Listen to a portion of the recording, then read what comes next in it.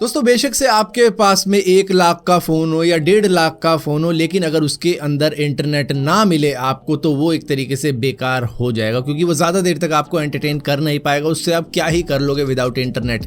लेकिन एक चीज़ है जो कि आपका टाइम पास अच्छा करवा देती थी पहले के वक्त में, जब काफ़ी ज़्यादा कॉस्ट होती थी इंटरनेट की, जो है FM रेडियो। लेकिन आजकल के मोबाइल के अंदर मोबाइल मैन्युफैक्चरर तो FM रेडियो रिसीवर डालते ही नहीं है, जिसकी वजह से रेडियो काम करता ही नहीं है आपके मोबाइल के अंदर। उसको इंटरनेट चाहिए ही चाहिए। अगर आप कोई भी एप्लीकेशन रेडियो की डाल देते हो तो उसको इंटरनेट चाहिए, वो विदाउट इंटरनेट चल ही नहीं पाएगा। लेकिन इंडियन गवर्नमेंट ने क्या किया है कि भैया इंडिया के अंदर जितने भी स्मार्टफोन बिकेंगे उन सभी के अंदर रेडियो रिसीवर कंपलसरी है, उसमें रेडियो FM चलना ही चलना चाहिए। ऐसा नहीं है कि भैया तुमने बेच दिया, इसमें रेडियो एप्लीकेशन डाल देते हैं जो कि इंटरनेट से चलेगी ना, विदाउट इंटरनेट वाले FM भी होने चाहिए। अब आप कहोगे क्या मन की बात सुनने के लिए?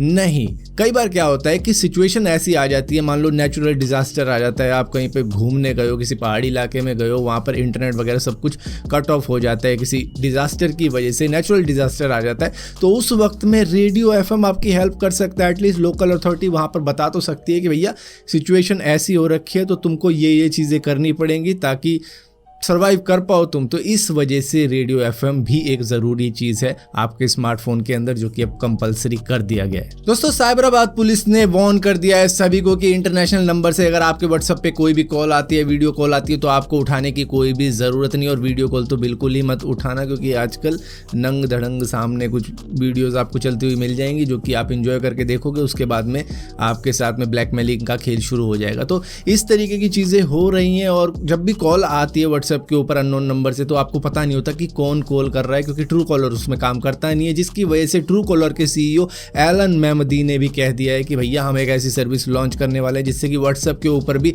आपको कॉलर ID का फीचर मिल जाएगा, ताकि आपको पता लग सके कि सामने वाला कौन आपको कॉल कर रहा है। और ऊपर से व्हाट्सएप ने तो पहले ही कह दिया है कि हम एक ऐसा प्राइवेसी वाला फीचर भी लेके आने वाले हैं जिससे कि अननोन नंबर से आपको कॉल आएगी ही नहीं। और यहाँ पर दोस्तों राजस्थान से एक बढ़िया खबर आ रही है कि वहां पर कश्मीर से भी ज्यादा का लिथियम रिजर्व पाया गया है, जो कि करीबन 7 से लेकर 10 मिलियन टन तक हो सकता है, जो कि इंडिया की 80% डिमांड को पूरा कर सकता है। और इसी के साथ साथ इससे पहले कश्मीर के अंदर भी मिला था, जो कि करीबन 5.9 मिलियन टन था। तो ये दोनों मिलकर काफ़ी ज़्यादा रिजर्व हो रखे हैं, जिसकी वजह से चाइना को थोड़ी सी परेशानी यहाँ पर हो सकती है, क्योंकि वो टेंशन में आ गए कि भैया इनके पास में अगर इतना ज़्यादा लिथियम हो गया तो ये हम पर डिपेंडेंट नहीं रहेंगे। अभी तो हम वहाँ से इंपोर्ट कर रहे थे, लेकिन अब शायद रुक सकता है। लेकिन इसकी माइनिंग के अंदर सबसे ज़्यादा दिक्कत वाली बात आएगी कि राजस्थान में जब माइनिंग की जाएगी तो वहाँ पर पानी की कमी है, तो इस वजह से शायद कश्मीर पे ज़्यादा डिपेंडेंट रहे हम बजाय राजस्थान के, क्योंकि वहाँ पर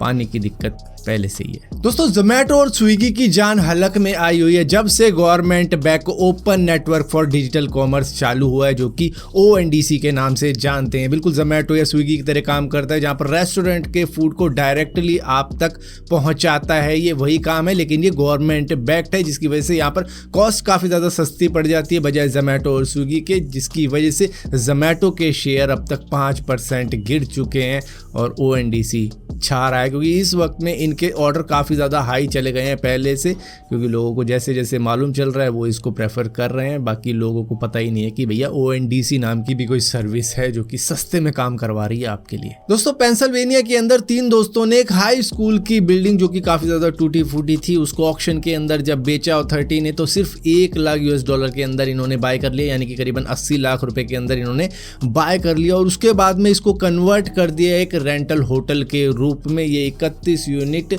लग्जरी रेंटल होटल बन गया था, जो कि कुछ इस तरीके का है, मतलब कुछ भी चेंज नहीं किया, थोड़े बहुत पेंट वेंट करवाया और वहाँ पर फर्नीचर वगैरह लगवा दिया और इसको $1400 पर अपार्टमेंट के हिसाब से बेचा, जिसके अंदर 31 कमरे इन्होंने बनाए और एक लग्जूरियस लॉन्च भी तैयार किया, जो कि स्कूल का ऑडिटोरियम था, वो जहाँ पर फंक्शन होते थे, वहाँ पर इन्होंने पब्लिक लॉन्च बना दिया कि यहाँ पर लोग बैठ सकते हैं। तो ये होता है दिमाग। दोस्तों कभी ना कभी आपने भी शायद किसी ना किसी को टिप देने की कोशिश की होगी, या फिर टिप दी होगी 10-20 रुपये, कुछ तो दिए ही होंगे, लेकिन मतलब पहली बार देते हैं तो थोड़ा सा लगता है कि यार कहीं बुरा ना मान जाए, तो इस तरीके की चीज़ें तो होती हैं। लेकिन वेस्टर्न कंट्रीज़ के अंदर कैफ़े, ग्रोसरी स्टोर, इन पर जो एम्प्लॉयज़ खड़े होते हैं उनको टिप ये दे देते हैं।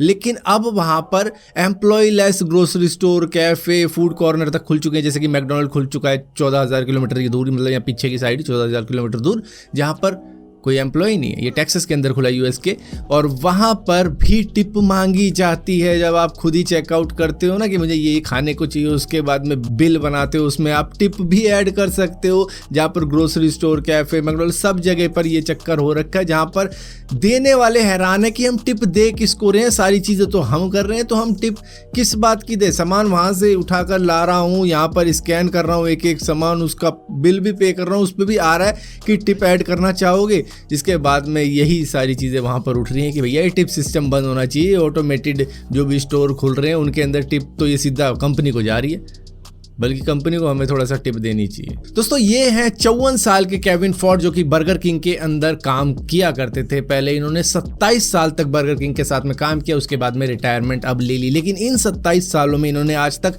एक भी छुट्टी नहीं ली थी, और जब इन्होंने अपनी रिटायरमेंट अनाउंस करी तो इनको बर्गर किंग वालों ने $4 लाख दिए, यानी कि 3 करोड़ रुपए हो जाते हैं इंडियन करेंसी के अंदर, इनकी लॉयल्टी के लिए कि भैया तुमने इतना मतलब अपने काम को माना कि एक भी छुट्टी नहीं ली, किसी भी मतलब बुखार, सर्दी, जुकाम, किसी चीज़ के लिए भी छुट्टी नहीं ली। यहाँ तक कि कोविड के वक्त में भी ये जा रहे थे, इन्होंने छुट्टी नहीं ली। और हाँ, बर्गर किंग वालों ने ही अगर छुट्टी दे दी हो उस वक्त में तो बात अलग है, वैसे इन्होंने कभी भी अपनी मर्जी से छुट्टी करी ही नहीं। दोस्तों आईपीएल तो आप सभी देख रहे होंगे, लेकिन आईपीएल के अंदर वहाँ के कैमरामैन कुछ ना कुछ डिफरेंट पिक्चर्स दिखाते रहते हैं। अब यहीं पर Chennai super king versus Punjab Kings का मैच चल रहा था, जहाँ पर कैमरामैन ने कुछ ऐसी पिक्चर दिखा डाली जिसके बाद में सभी लोग हैरान हो गए कि धोनी ने टाइम ट्रेवल किया है, जो कि 2040 से डायरेक्टली यहाँ पर आए अपना ही मैच देखने के लिए। बिल्कुल धोनी की तरह ही लग रहे थे, जिसकी वजह से लोगों ने कह दिया कि ये 2040 के धोनी है।